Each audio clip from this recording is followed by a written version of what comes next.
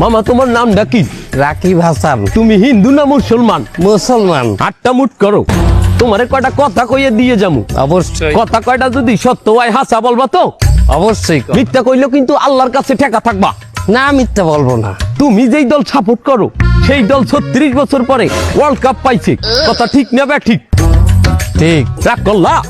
না, রাগ করি না। তুমি যেই দল সাপোর্ট করো সেই দলে যেই সেরা প্লেয়ার হয় সেই আদ দিয়ে একটা গোল দেয়, কথা ঠিক কিনা? ঠিক। রাগ করলা? না, রাগ করি না। তুমি যেই দল সাপোর্ট করো সেই দলে বর্তমানে একটা প্লেয়ার ছাড়া আর কেউ খেলতে পারে না, কথা ঠিক না বে ঠিক? ঠিক। রাগ করলা? না, রাগ করি না।